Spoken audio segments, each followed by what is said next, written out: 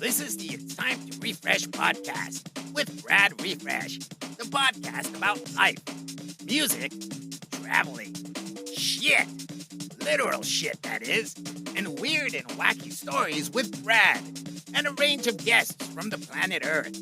Feel free to share the pod with your pals, your mom, your neighbor's dog, or even your shrink.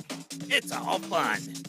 You can follow our Facebook group called It's Time to Refresh Community, or It's Time to Refresh on Instagram. Write into the pod, ask questions, and share your stories. Enjoy the pod. Hey kids, what time is that? It's time to refresh. You all right? How we doing? Just want to take 2 minutes of your time before we start this week's podcast to tell you about our Patreon. Patreon is a tool that we're using to help the podcast grow, give you better content, and, well, as I said, just let the podcast grow. So we've got 3 tiers. The first tier, there's only 20 of these spaces available, and it's £1 for life, and that's for It's Time to Refresh Originals. So if you've tuned in from day one and you want to join the cause, you can sign up for £1. Just follow the link in the description. We've got the standard Patreon, which you get access to bonus episodes, some exclusive content, Patreon specials, which we'll be recording, and early access to all future episodes. So you'll be getting them on a Tuesday instead of a Friday, which I think is fucking amazing for £3. That's less than a coffee. And then we've got our legend status VIP Patreons, which is £10. And that gets you tickets to all my gigs, and it will get you free entry to any It's Time to Refresh associated events, gigs in the future. So that's a little hint of what's coming up in the future.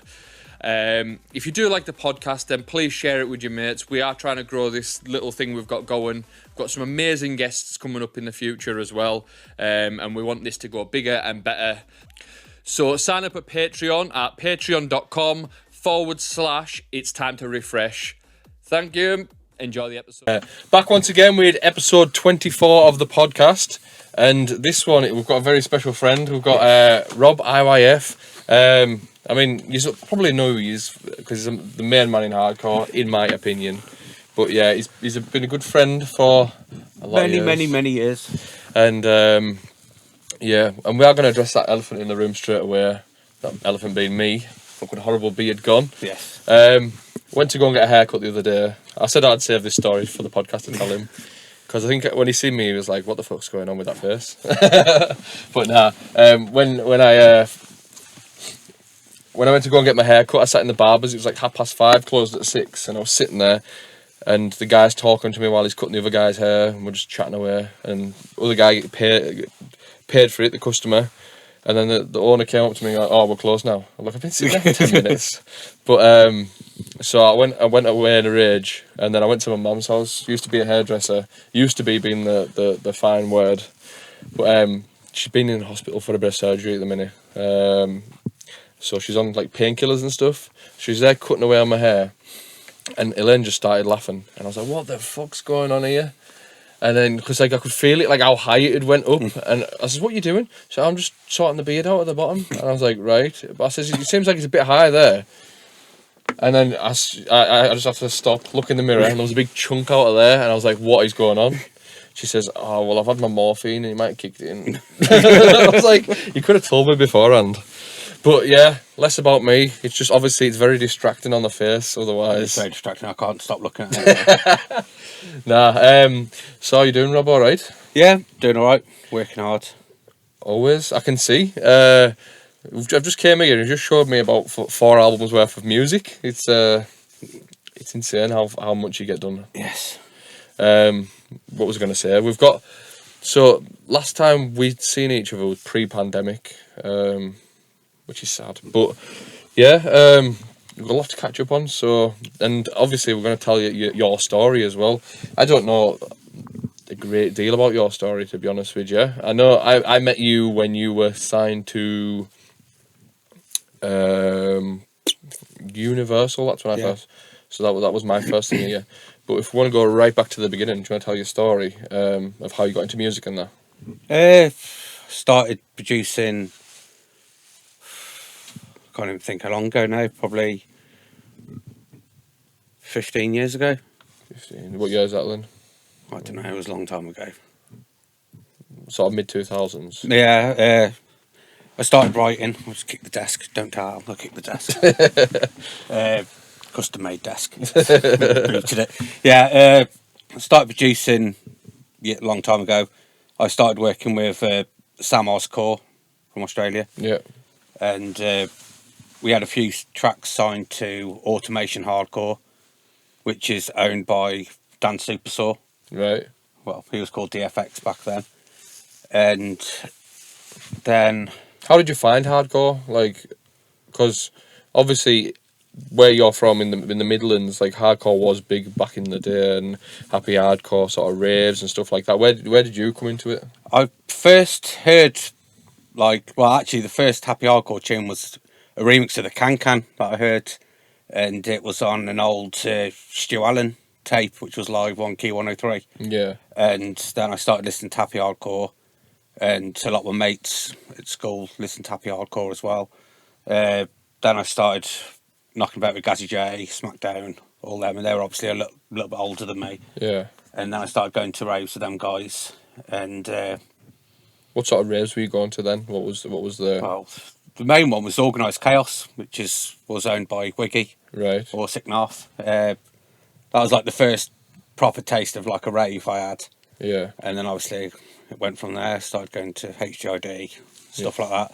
So when you were going to these like raves and that, like what was the crack like? Were you like, I think I could make this music, or I want to be a DJ, or but you're predominantly more, I would say you're more a producer, aren't you? Yeah, back then I used to love DJing, but then I started making music, and I just prefer making music now. Yeah, I love playing raves, but making my own music's so much better than playing out. But obviously I'm blessed for the bookings that I get now, obviously all over the world, but I still love sitting in here, me and Al, just sitting here laughing at each other, making stupid noises for hours. Yeah. So what was the spark that interested the production? Like, what were you at HDID, or were you like? No, I think it was like I'd listen to like more commercial tracks and go, yeah, it'd be banging as like a hardcore remix or something. You're quite renowned for that, aren't you? Like you've got a lot of commercial remixes. I love them. You are a cheese master. Yes, but yeah, I started listening to music because I'd like to do it myself, so started doing it, and then obviously that's history now. But yeah, sort of moving forward, and like you said, you were working with Sam Ascore from Australia. In Australia when you were getting into the production and that. Was it him who showed you the way? Yeah, well, obviously then I was using Reason and he was using Fruity Loops. Yeah. And don't start.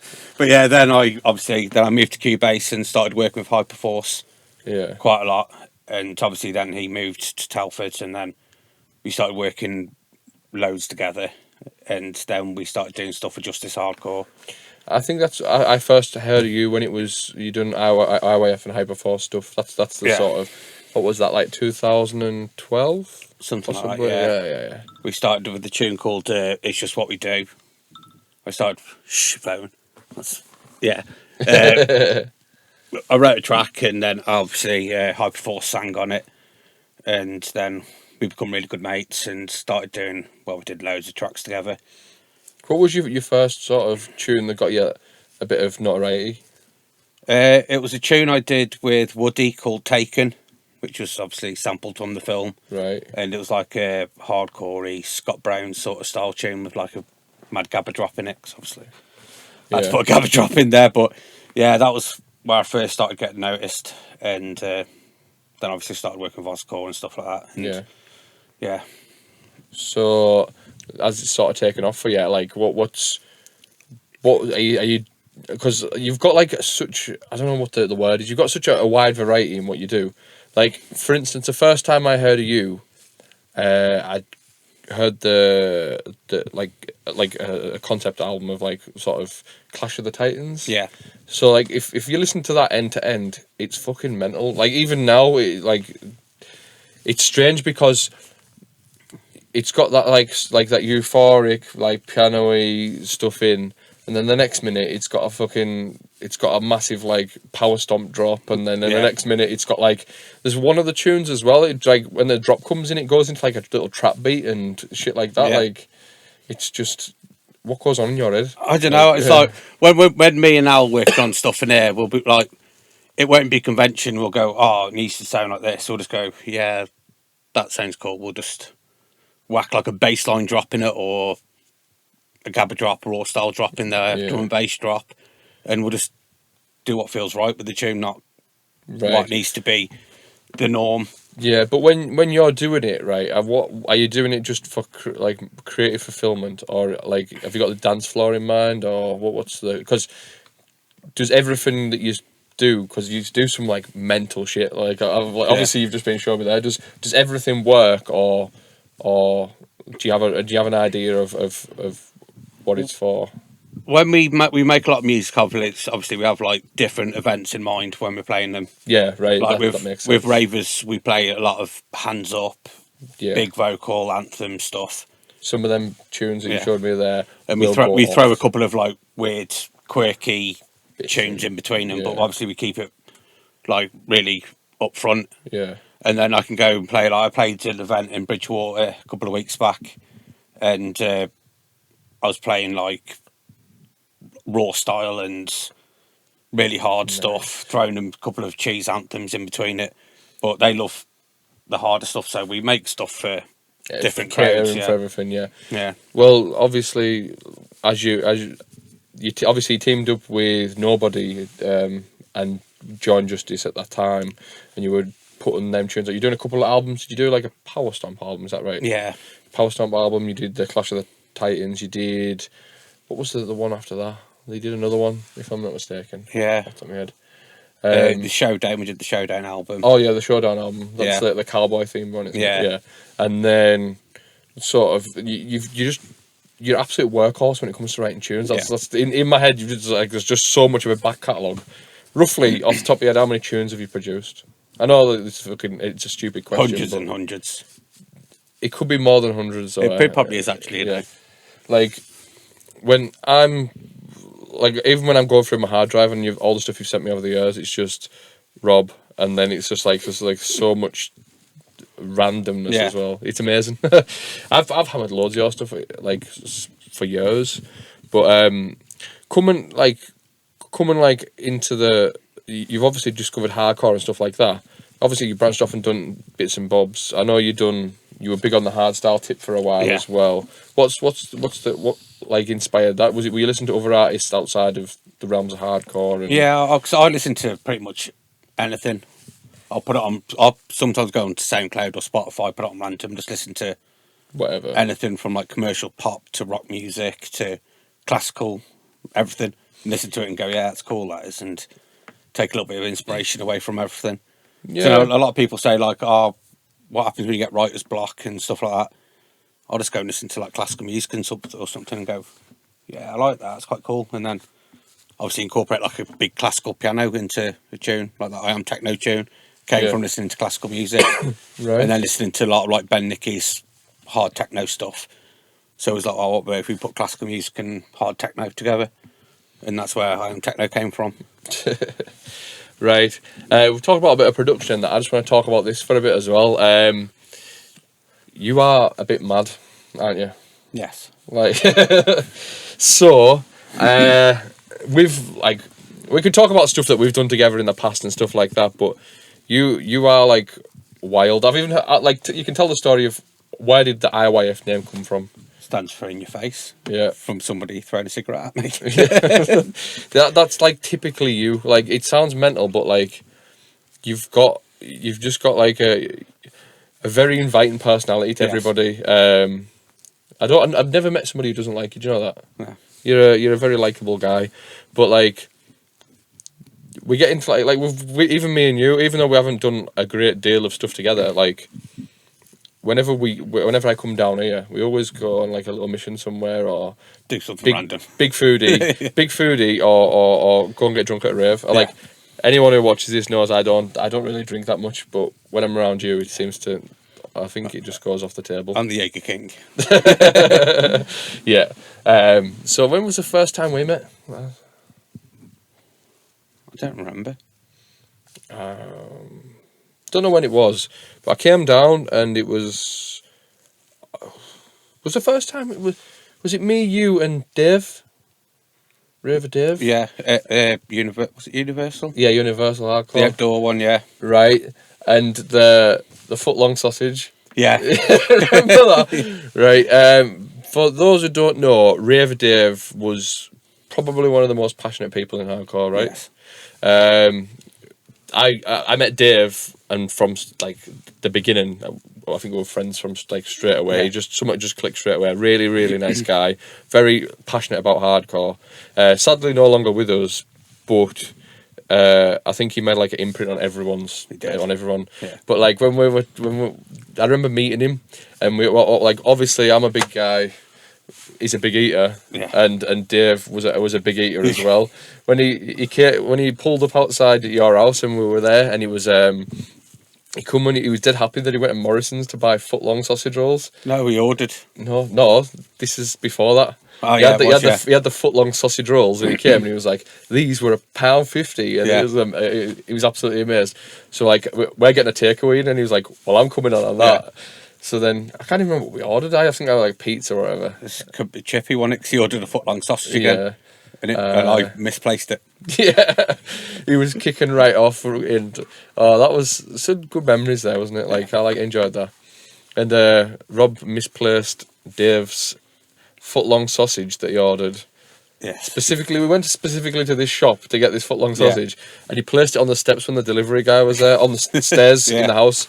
And we came in, we're all unpacking and starting to eat, and Dave's going crazy, trying to ring the Deliveroo guy, and Go mental. yeah, that was some good times. I love that. That was first time I met you, and it was just I think we clicked straight away as well. Yeah. And then obviously Universal, that was an alright night if I remember rightly. So where was the first raves you played at? Like, what was the First major one was at the Caddy Shack in Whitchurch. Well, it was actually at that point it was just called the Club in Whitchurch, but it used to be called Caddy Shack back in the day. And they used to do loads of hardcore events there. That was my first major booking. Yeah. Well, actual proper booking. And then obviously Gaz took me on, and then started playing Ravers Reunited all the time, and then worked my way through the ranks. Grafter? Yes. Through the trenches? Yeah. Yeah, I remember you. I think was I there for your first main stage ravers? I think I was. I think so. I'm wrong in thinking you were doing the room twos for a while, Yeah. and then but you were like an anything goes type thing. Yeah. And then I remember you got your first one. Am I thinking right in 2017 New Year's Day? Would that be the first one? First main stage. Ravers. I think so. Because we were with, there was me, you, Jordan, Yeah. Charles, and Stonebank and his missus. Yeah, that was New Year's Eve. That was the New Year's Eve event, and we were all drinking there. And then you played the day after, didn't you? The New Year's Day. Was that your first main stage? Well, it was supposed to be me and Outforce. It was. Right. But Outforce was a little bit poorly. Let's put it that way. He was a little bit poorly when he turned up. Well, New Year's Eve can do that to people. He may or may have not been sick just before the set.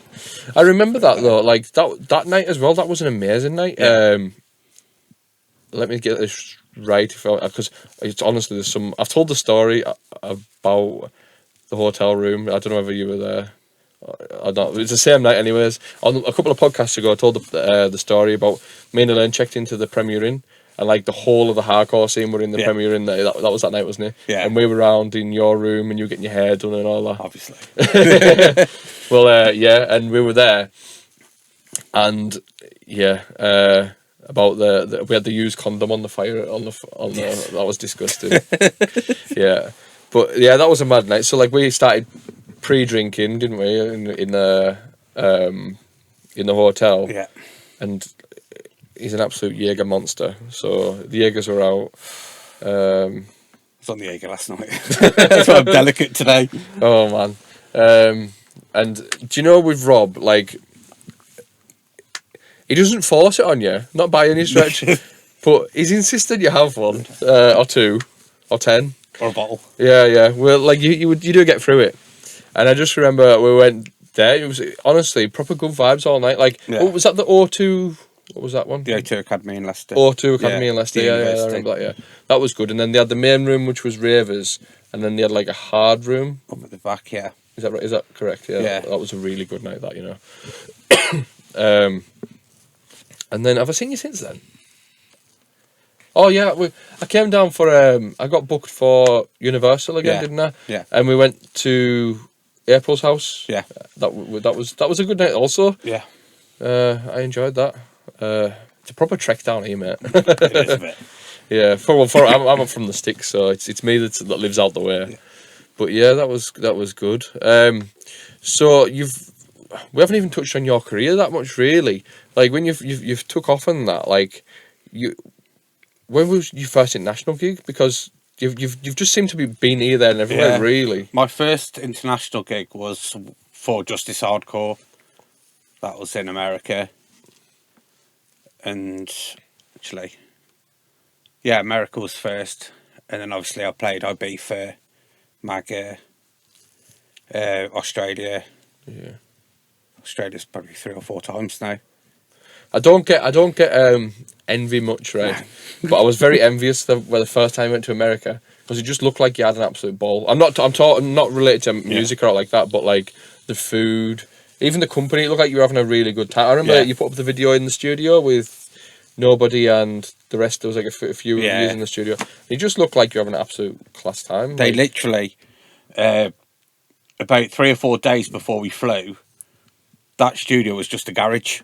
right. They literally grafted for like 3 days straight to build it into a studio for when we got there. Right. So like the day before they were laying the floor and everything in there. Class. But yeah, they smashed up a studio. And, oh, that's pretty. Yeah, and they grafted and got us a studio ready for when we got there. And yeah, What was that trip like, going to America? I love going to America. Obviously, I was in San Francisco beginning of the year. Yeah. And that was amazing. Amazing crowds to play for, they are.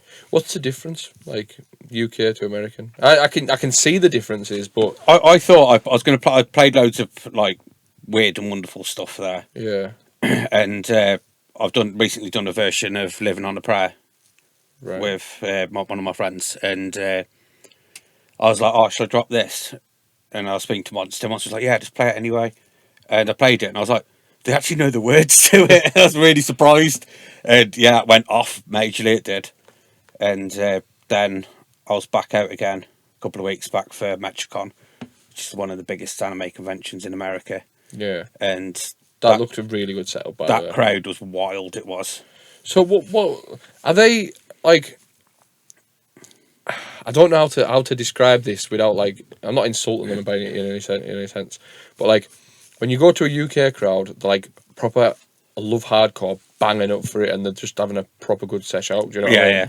There, it seems more like an organised, as you say, like a convention. Do you know? So when they all go, they all like get like dressed up, and it's like it's proper insane clothing, and they make an occasion out of it. Yeah. So it's less about the session, more about the going out and making the event of it. Does that make sense? Yeah. So you can go on a night out, like in the UK, like so say I'm DJing somewhere, and you'll go, and everyone will be wrecked in the crowd, absolutely loving it. Yeah. But then you go there, and they're not necessarily wrecked or off their heads. They're just like They love. they're just banging it up for it. It's like, I know it sounds stupid, but the way I describe it is, he's like the Office UK versus the Office US. Yeah. So like, if you go to if you watch the Office UK, it's a bit more grittier and a bit like on the nose, and it's like, Yeah. all right. But then if you watch the American one, it's amazing. I prefer the American one, to be fair, but like you watch the American one, and it's a bit more like sitcomish, and it's a bit like, does that make sense? Yeah, it's a lot more fun.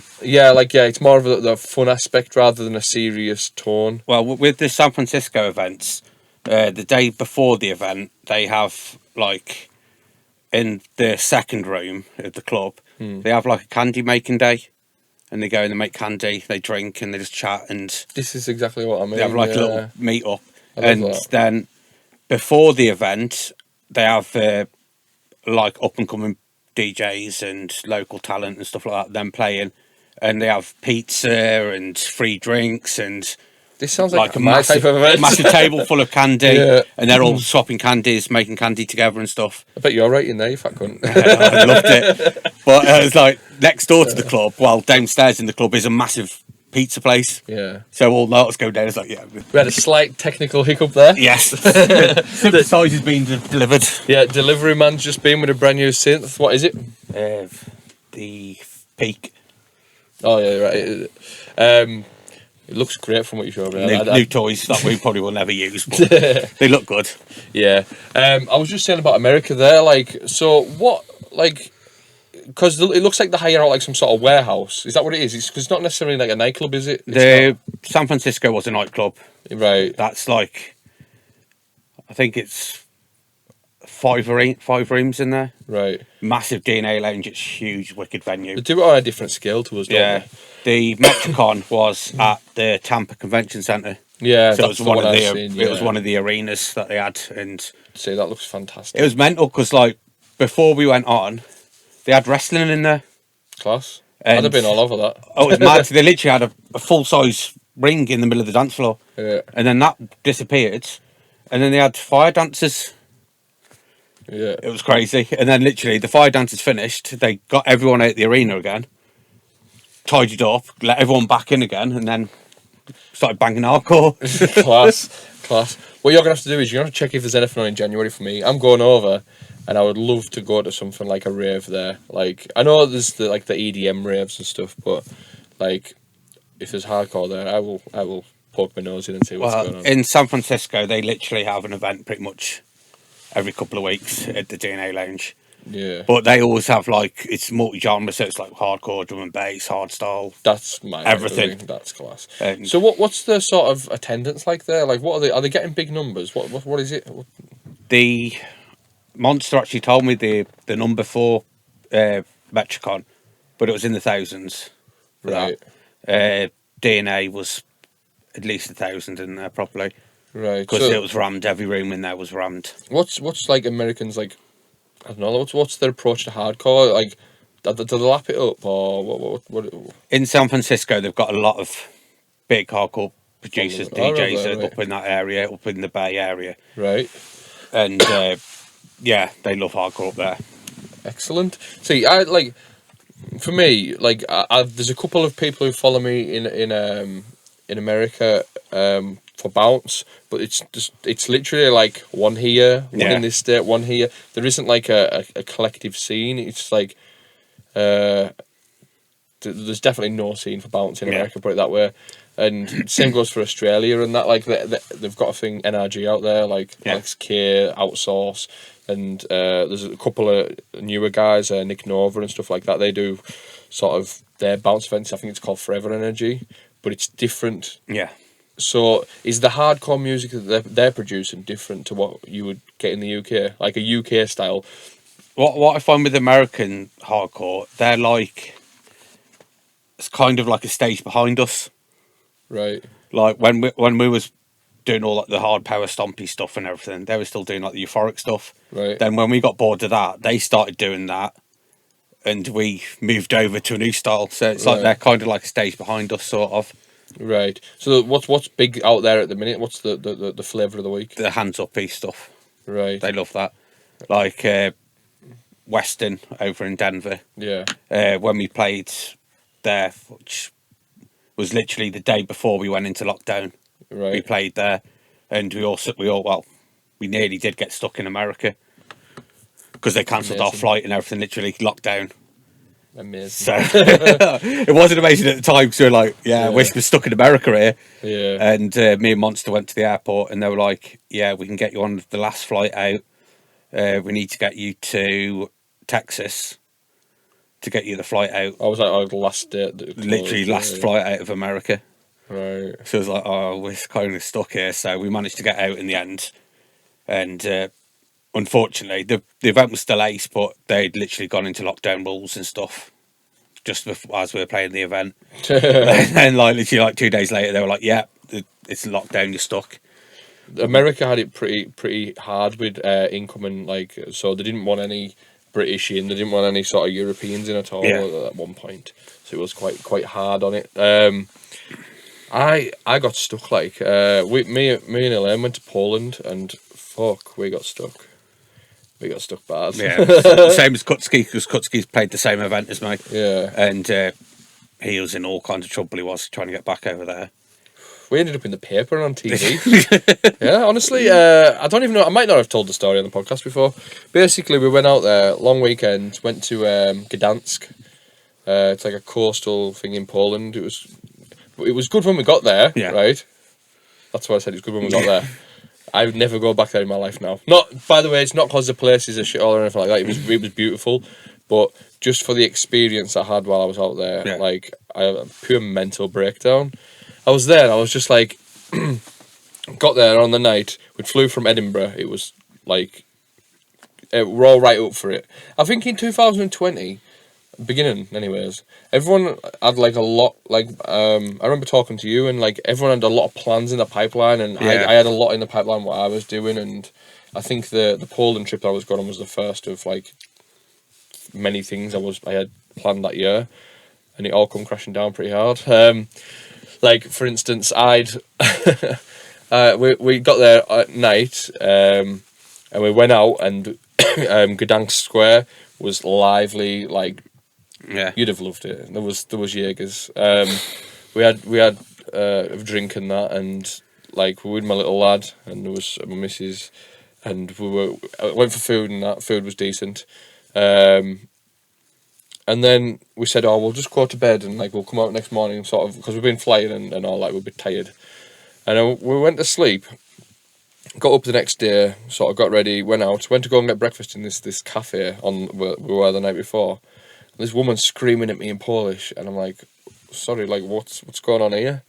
And she said to me, she says, like, get out, like, because obviously she realised I was like English, and I was saying, "Sorry, I don't speak." And she, "Get out." So I was like, "Right, I've been kicked out of a cafe. I've only been here 2 minutes. I've been kicked out of a cafe. What's going on?" So we moved to the next one, went in again, and she was like, "We're closed." I was like, "Okay." I said, "If you don't mind me asking, what's going on?"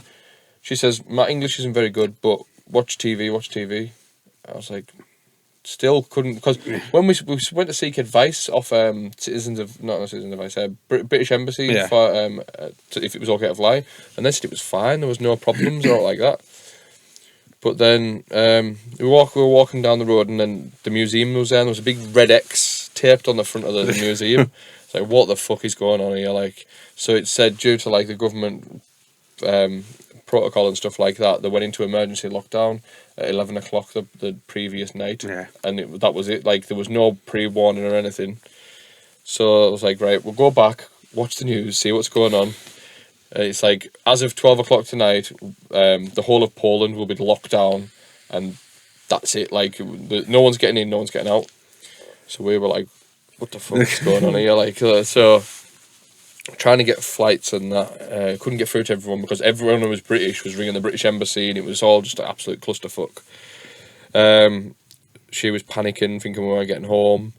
So then we went to try and get flights. Everything had been totally booked up. Everyone returning home, sort of thing. So like, what can we do? Right, what we'll do is we'll go to Berlin. It's not that far away, really. It's like a 4-hour bus journey or something like that. So we'll get a bus, and then we'll go to Berlin and fly home, because they're not in lockdown. Like, Germany weren't in lockdown at the time. And I was like, right, we'll do this. Booked the flights. They were like 500 quid, because it was the last minute booking it that day. It was like it was insane. Usually like £100 flight, if that. And then booked a bus, like what are they called? Them buses you get in the UK. Like a megabus. A megabus, yeah. It's like a megabus type thing. And so we booked this and to go to the border. So we're out, we've got our stuff packed and stuff like that. Next minute, she gets a phone call. They've cancelled. They've closed the borders so there's nothing getting out of Poland as it is now on the roads. So you can still fly out at this point, but just nothing on the roads. Anyways, our flight went, so we didn't get our money back for that because it wasn't the airline's fault that we weren't at the airport. So we lost. That was 500 there, or slightly more. I was like a bit angry about that at that time. We only had 1 day left in the hotel, so like, what are we gonna do here? So we got ringing the British Embassy. We even joined like these like Facebook groups where it was called Stranded in Poland.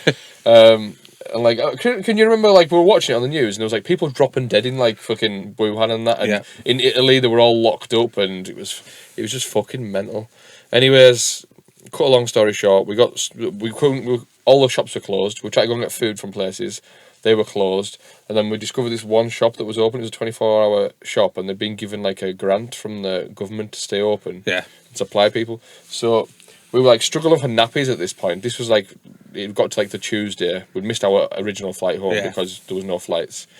So next minute, we were in this Facebook group, and this guy reached out to us saying, "Are you stuck in Poland?" Blah blah blah. He's like, I want to get you on the news. Like, next minute, we're on the news. We're in papers in Poland, papers in Scotland for whatever reason. I think it was because we flew from Scotland, and obviously we never returned back. And then, it was insane. So we're on to the British Embassy. We're there for a few days, a bit more, and then they're like, we're doing these emergency procedure flights that are paid for by the UK government. To get you out. We still had to pay for it like a flight, but they paid to like commission the flight path and stuff like that. So I think that was another 500 quid from all three of us. So it was a little bit cheaper than the Berlin ones. Anyways, we got back, but the flight was to Heathrow. Right?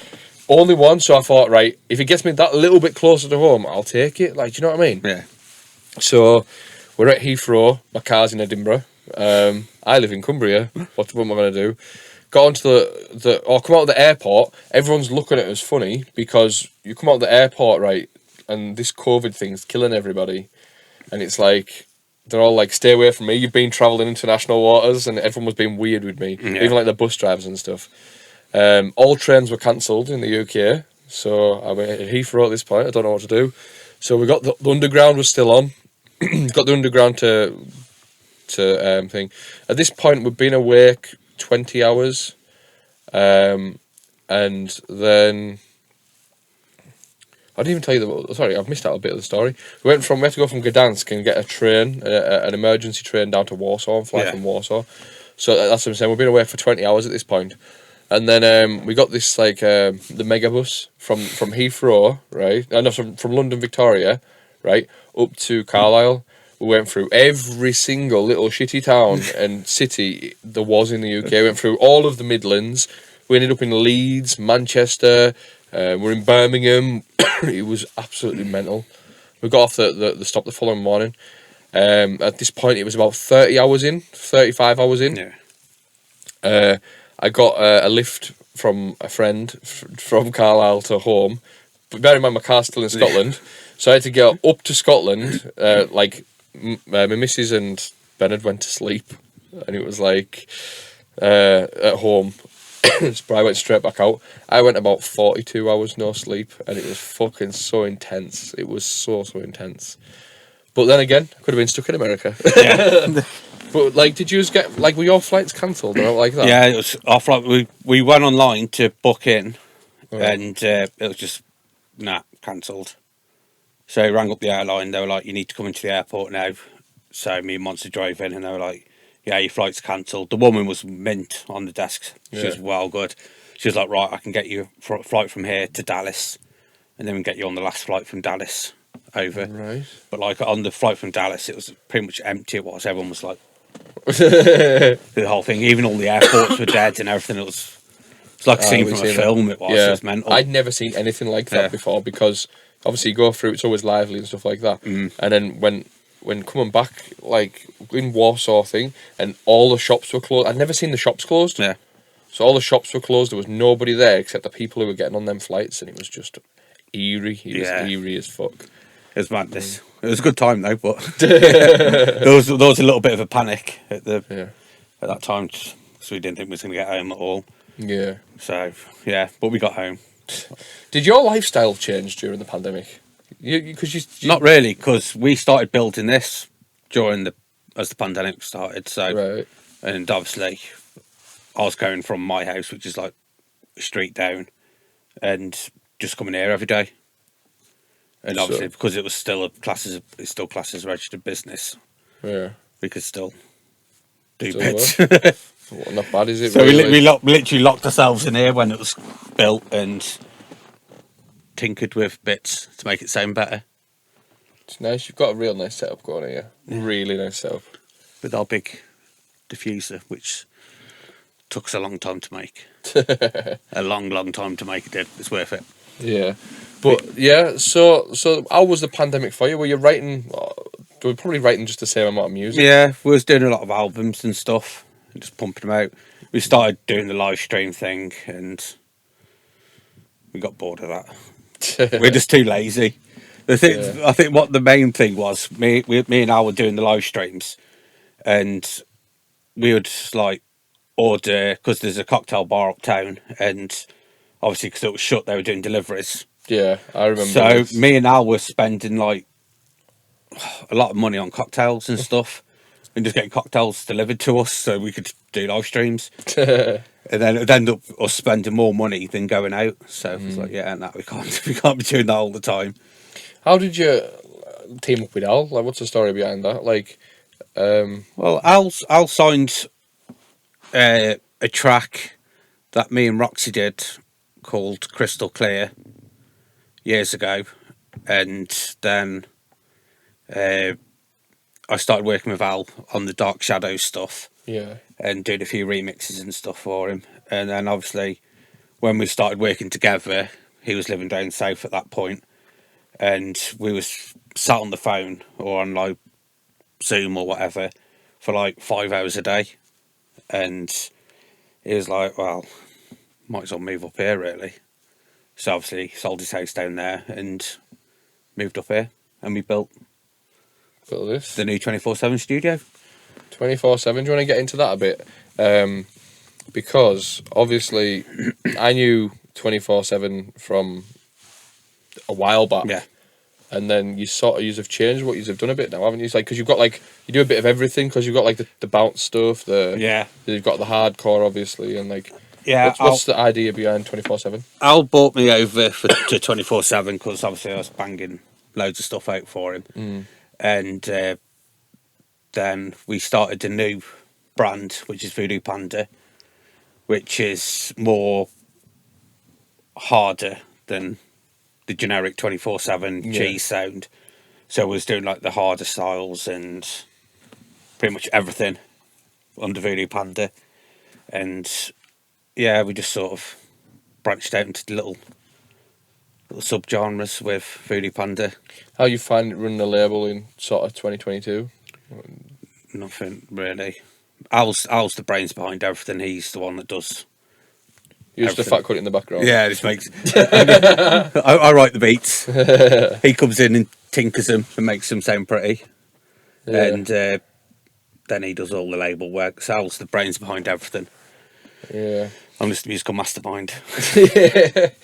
You've definitely like sort of found your way with everything. Like, there's you're at a point now within your, even in your hardcore as well. Like, you put a tune on and you can tell if it's either written by you or you've got some sort of influence behind it. Do you know what I mean? Like, you've got that IYF sound. Yeah. That the pig style. Yeah, There you go. The pig style. You've got the pig style. Yeah. Like.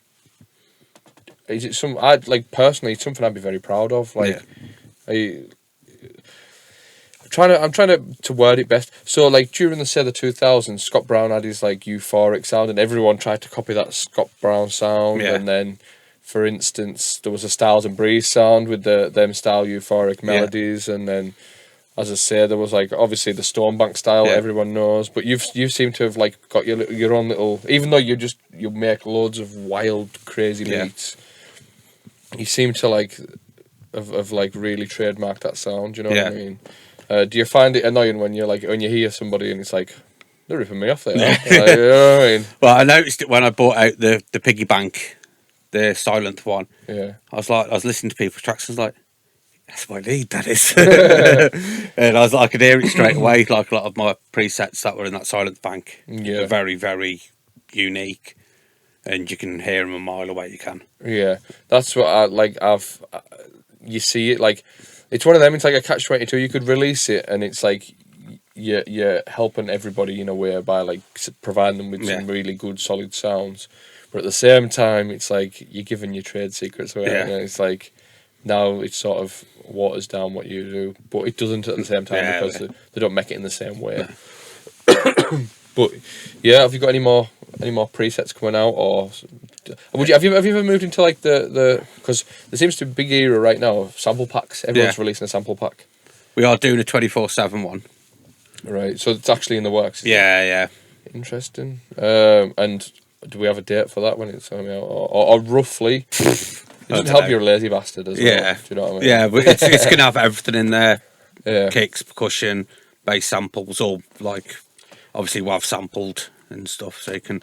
What's it going to be, like a production pack, or is it going to be a UK hardcore pack? Like, because obviously your sounds are so eclectic. It's like you're going to put like hardstyle kicks, there'll be Gabba like kicks. Yeah, like you cover such a range that in a way like it'd be wrong if you didn't like. Yeah, we'll put some like generated kicks in there for like raw and Dutch hardcore and up tempo and stuff like that, because I personally love sitting here for hours and hours making up tempo kicks and stuff like that. Yeah, and I could do that forever if I could. But you got me into that style. You know that? Love it. You got me into like raw style, sort of. Well, mainly like the harder styles, the Dutch stuff and the Gabba. Yeah. I remember you gave me a CD years ago, 2016 maybe, and it was what's the Australian female DJ called? Oh, Scatterly. Yeah. And I was like, I'm not sure if this is gonna be for me. And now it's like I know it's not to everyone's taste, but if you like it, fuck me, the production quality is just. She's amazing to watch because, like with Nat, she's got that proper goth, proper dark persona, aesthetic. Yeah. And like when you meet her, she's like the most sweetest, cute girl ever. Right. And I sat in the studio with Jared, and Nat was like, "Oh, can I have a quick test?" And I was like, "Yeah, crack on, like." And I sat there and I was just like, well, I wasn't expecting that, like. Well, just because of how hard. Yeah, she just like turns into like a demon. And yeah, she's amazing. Yeah, and you put me onto like that. So then that led me down like the rabbit hole for looking for raw style and what was it? Was it freestyle? There's all sorts of different. Yeah. But it's all within the hard style sort of thing. I'm just a question. Have you? Because obviously it's massive in Europe. Have you broke Europe? Like, have you done what? Like, because like Germany seems to be big. Like places like that. Like, yeah, not yet, no, but we will be pushing it in the next year or so.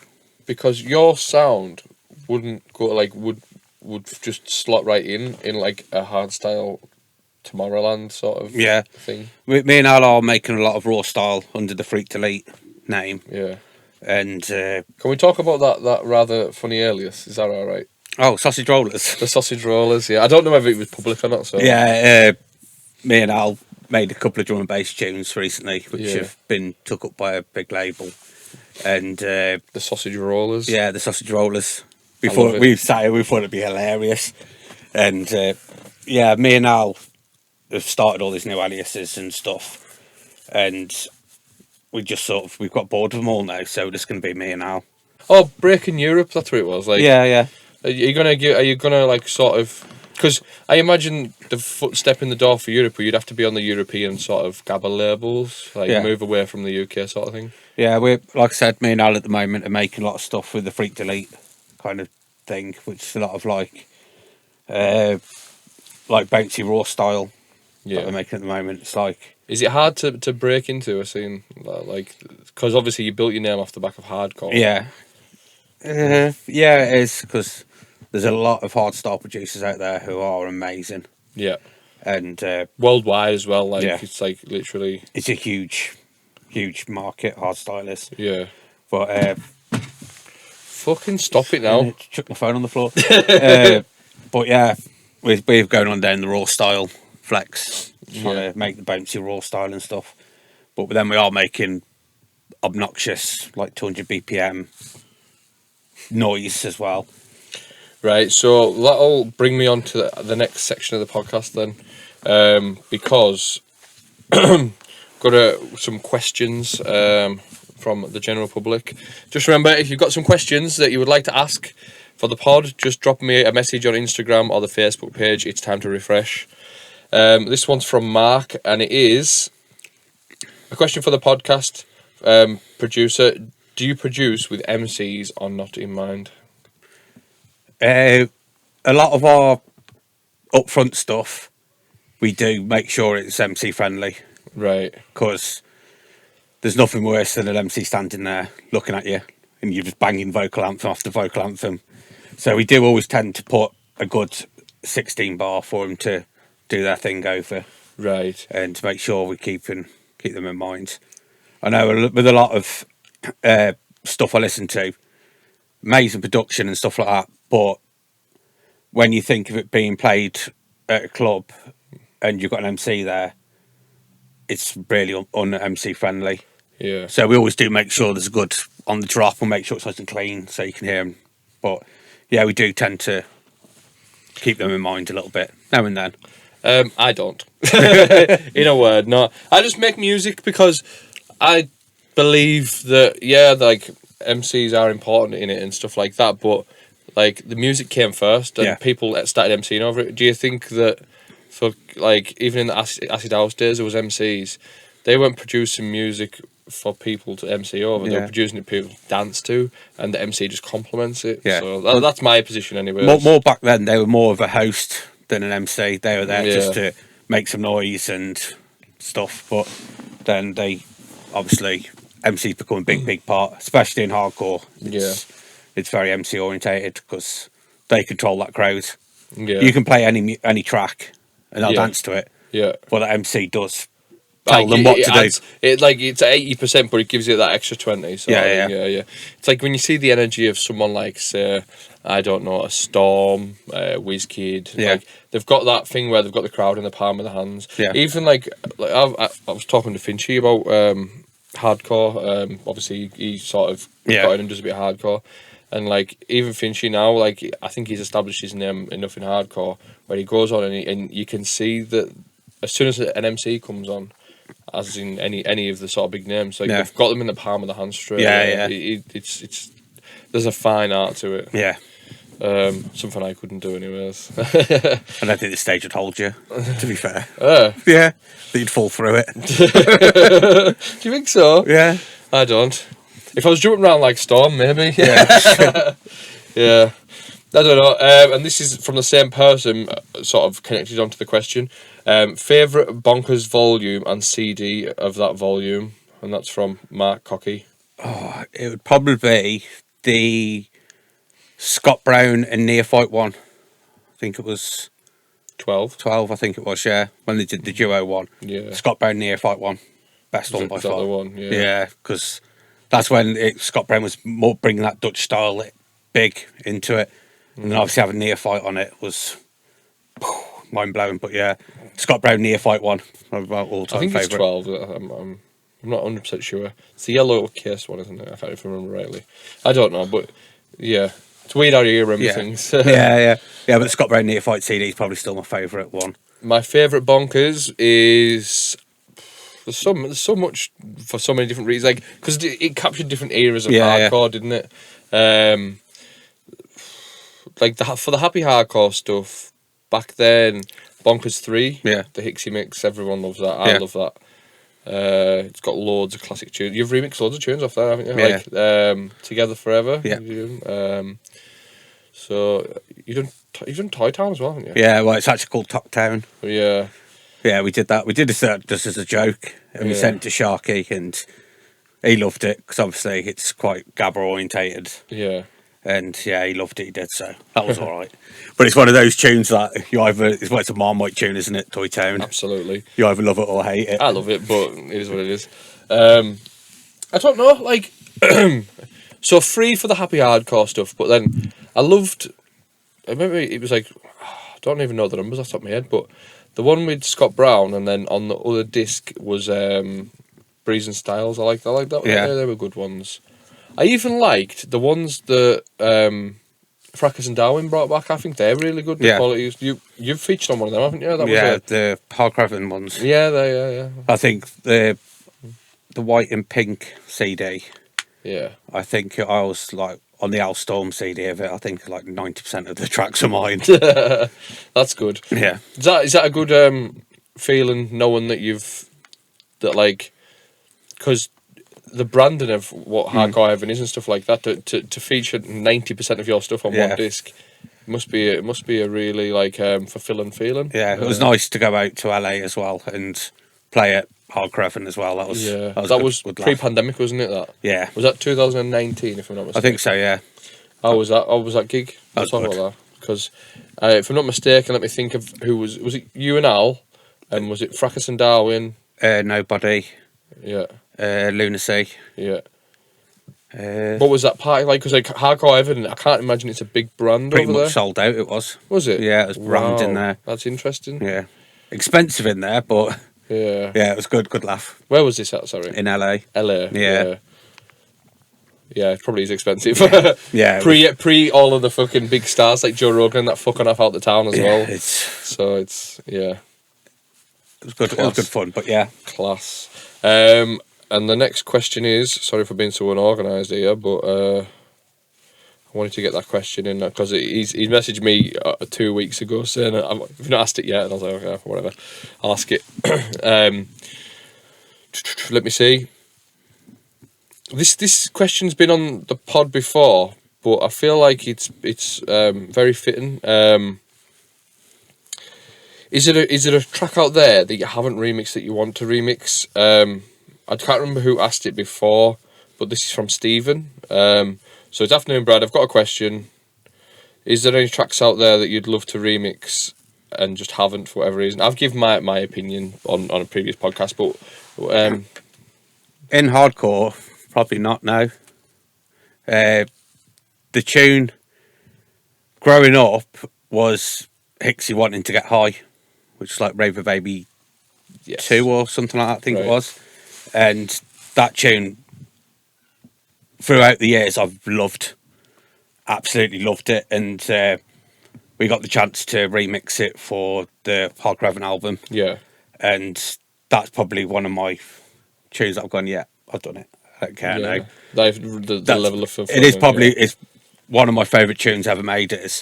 And I spoke to Alab, I was like, I want to do a remix of it. He's like, oh, I've got the bits, bro. I was like, okay, let's do it then. Then obviously, what was it like? Because obviously you've achieved that one tune you want to remix, but what was it like remixing it? I know this is sort of like more of a psychological thing, but like, did you feel like you didn't want to ruin it in a way, or did you have an idea of where you wanted to go with it? Or no, literally, I wanted to keep it exactly the same as the original. Yeah, but obviously just give it that new flex on it. Yeah, and I was like, oh, we'll do this, we'll do that. But then I was like, we'll just keep it. It's a hard line to do, isn't it? Because because you're wanting to remix this tune because it means something in your heart. Do you know what I mean? Like, because you can remix, someone could say, "Oh, can you do a remix of this?" And you were like, you'll love it for what it is, but you've got that nostalgia to it and stuff like that. Like, it's hard to you don't want to differ away from the original. That it doesn't feel special to you anymore. Sort of thing. So we just kept it original, like exactly same as original, same melody, just made it sound new and fresh. And it was an emotional tune to make. It was, but it was the same one I did Forever Together, and great tune.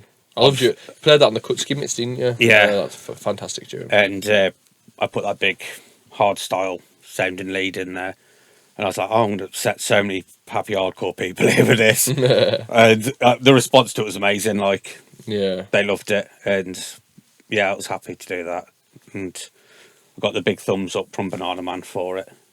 Class. And he gave me the rights to release it and stuff. So fantastic. that went on. I think it was on Pig Style 1, I think It was on the first one, I believe, Yeah, yeah. it's on the first Pig Style album. Right, so sort of what I do with everybody is, as we start to close it up, this is probably going to go into a whole new podcast itself, but let's talk about foodies. Foodies, I love foodies. Right, so we all know that you're a lover of food. We all know that you love a Jenko's. You love anything food wise. But like a little fact about Rob. When I first met Rob, he video called me and he was eating a kebab in the bath. Obviously. Yeah. Fantastic. I eat cottage pie in the bath, everyone knows that. But I did find out like the polystyrene trays do actually float in the bath. But obviously I take up a lot of the bath anyway, but they float really, really good in there. So what I ask everyone to close off the podcast is, you're going to go on the electric chair because you're just an absolute fucking Jaeger animal, and you've done something crazy whilst on the Jaeger train. And you get in the electric chair. You're in America playing a gig, and that's still over there, right? And you've got one more meal. What are we having? You can have a starter, main, dessert. You can just have a main, or you can do whatever you want. I think it'd just be Jenko's. You did Jenko's? It'd probably be Jenko's, you know. Sign off. Yeah. So for those who don't know what Jenko's is, do you want to enlighten them? Jenko's is a Mongolian restaurant around here that do like the best barbecue. Sunday. Yeah, they do barbecue in the week, like on the grill and stuff, which I can't eat. But they do amazing Sunday dinners, and it's not like your normal conventional little.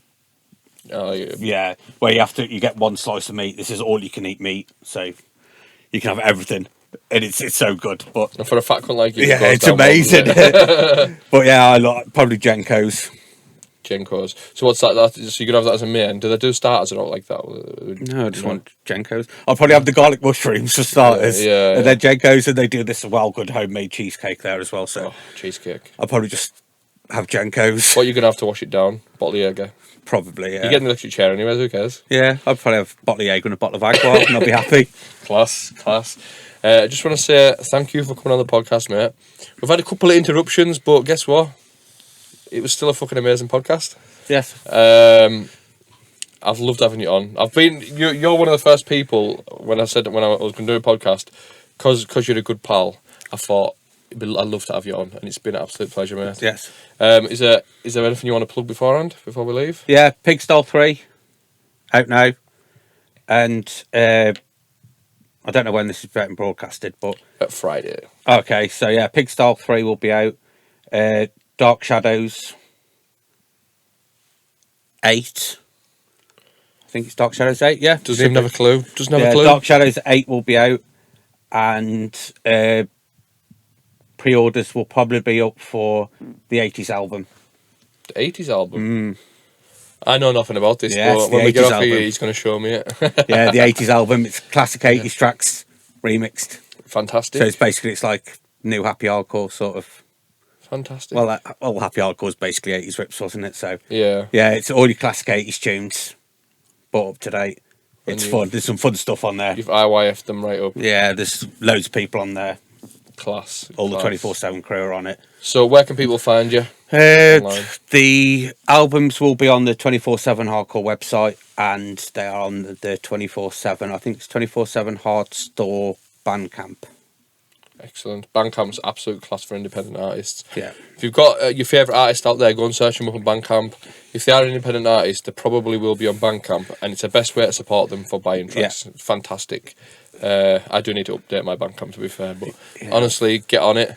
And also, you're on SoundCloud, Spotify, Facebook, Instagram, Twitter. Yeah.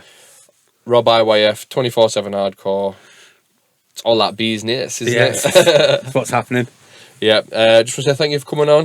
If you've enjoyed this, then share it with your pals, share it with your mates. We get a big reach on it. We are now, we've grew so much over the last few months that it's thousands of you listening now. So I just want to say thank you, and leave a comment in this, call him a fat cunt. I'd appreciate it. Yeah. So if we can get 10 comments, call him a fat cunt, right? I might come back again at some point. Yeah, if we get 10 comments in the description below, in the comments below on YouTube, right? I'll give away a free track. Oh, because you're a fat cunt. yes. Over and out. Thank you. Bye.